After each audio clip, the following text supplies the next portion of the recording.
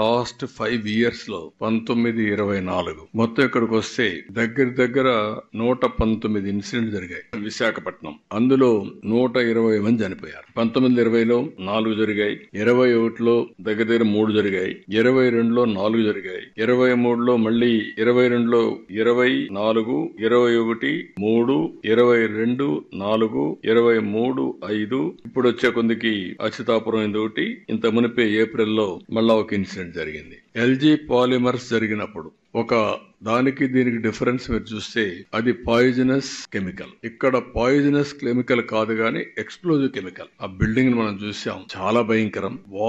Walls ని లేపుకుంటూ అక్కడ ఉండే మనుషులను కూడా తీసేపోయి ఆ గోడకు పైన ఆ ఫెన్సింగ్ మీద పడేసే పరిస్థితి వచ్చింది. అంటే అంత పవర్ఫుల్ బ్లాస్ట్ అయ్యే పరిస్థితికి వచ్చింది. దీన్ని చూసినప్పుడు అక్కడ సంఘటనల్ని మీరు ఎగ్జామిన్ చేశారు కాబట్టి నేను మాట్లాడడం లేదు డీటెయిల్స్ అన్ని. దీని మీద మనం ఒకసారి చూస్తే పాలిమర్స్ అయినప్పుడు ఒక I4 కమిటీ కూడా వేశారు. ఆ I4 కమిటీ వేశారు, నామమాత్రంగా ఆర్డర్స్ ఇష్యూ చేశారు, ఎగ్జిక్యూషన్ 0. దీని వల్ల టోటల్ గా ఈ రోజు ఈ పరిస్థితి వచ్చే దానిపైన మీరు చూస్తే జీవో 156 ఒకటి రిలీజ్ చేశారు. కాకినాడలో ఒక సంఘటన జరిగితే అప్పుడు కూడా జీవో 79 రిలీజ్ చేశారు. కానీ రెగ్యులేటరీ అథారిటీస్ మాత్రం నామమాత్రంగా చర్యలు తీసుకున్నారు తప్ప ఎక్కడ యాక్షన్స్ తీసుకునే పరిస్థితులు లేరు. దానివల్ల రిపీటెడ్ గా జరుగుతున్నాయి.